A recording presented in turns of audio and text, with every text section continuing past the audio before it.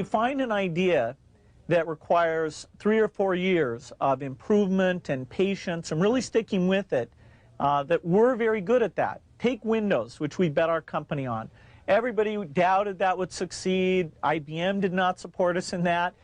It took longer than we expected, over 4 years before finally graphical interface got popular, and now people take it for granted. It's part of every personal computer, and you just expect it to be there. That was one of the grand successes of the company.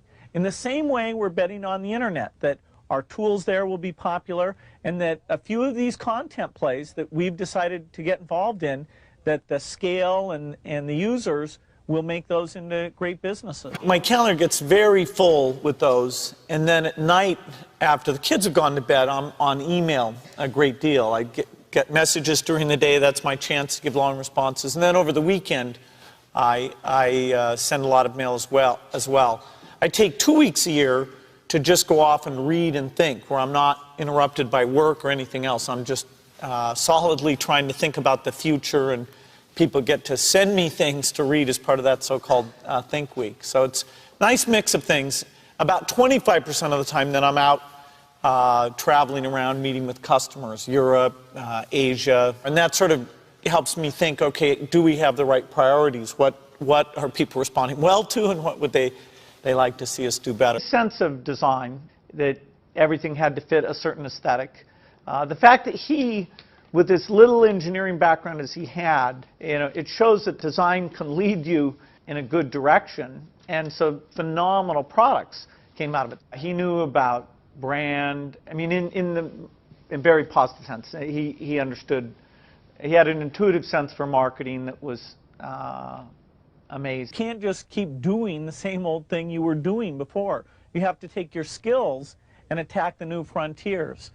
For example, graphical interface used to be outside the operating system, and so there were many people doing those systems.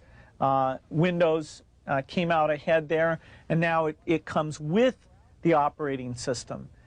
Likewise, the browser is something that Netscape looked at turning the browser into an operating system, and we looked at taking our operating system and building the browser in an integrated fashion.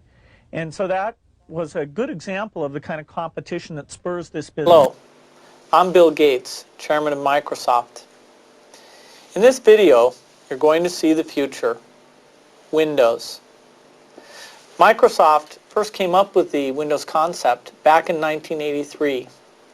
And today, the leading software users have switched into the Windows environment. It's really incredible how quickly our powerful applications like Word and Excel and PowerPoint have been adopted. It's not just Microsoft applications. Even companies like WordPerfect and Lotus have now come out with Windows applications. And every week we see new innovative work. It's really attracting all the innovation in the industry. We predicted this a long time ago, and now it's the future. You've got to enjoy what you do every day. And for me, that's working with very smart people.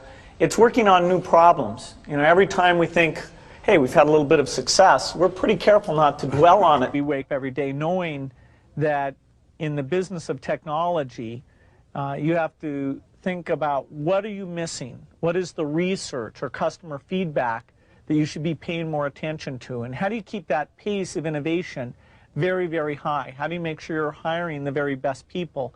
And that kind of focus has helped drive us forward through all the milestones the company has had. Certainly the internet is a great example of that. We had to tear up our plans and step back and say, well, how do we really embrace all that's good about the internet and recognize some of the shortcomings and make sure we're leading the way